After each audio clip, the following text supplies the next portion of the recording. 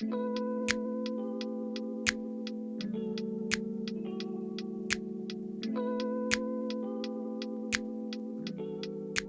Sciton is a manufacturer. They're really known for their high quality lasers. There's in the United States, there's several different laser companies that are well known, tried, true, tested.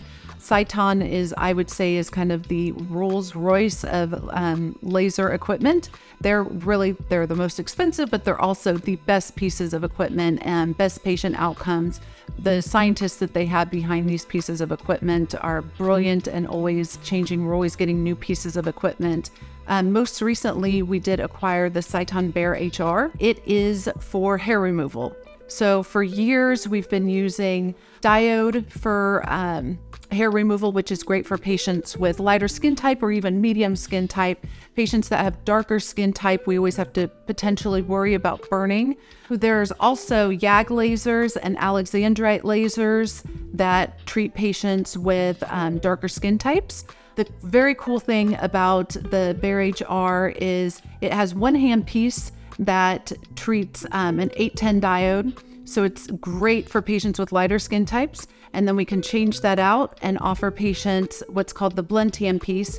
And it has 3 different wavelengths, which are almost the equivalent of a diode, a YAG, and an alexandrite laser all at once. So this is the most effective form of laser hair removal for patients with darker skin types. We have treated patients that have the darkest skin. Even on their face, we have not had any burns. This is a very safe piece of equipment. What also makes it very unique is that it's very well tolerated. So it pulses very, very quickly.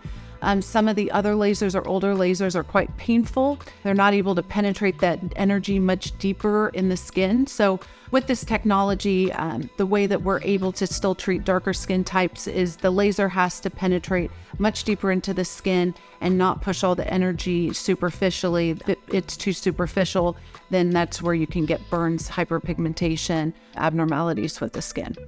Hopefully, after 8 treatments, they'll have anywhere from 97 to 99% hair reduction.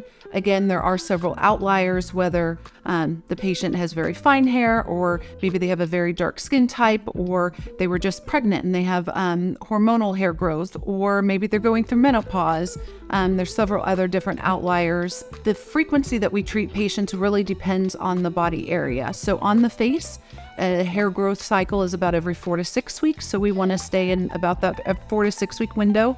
On the body, a growth cycle is about every 6 to 8 weeks. So if we're treating multiple areas, if we're treating, let's say, face, neck, chest, we might treat about every 6 weeks. So we're hitting face and body at the same time. If we're generally just treating body, we'll usually push anywhere between that 6 to 8 week, and then face between 4 to 6 weeks.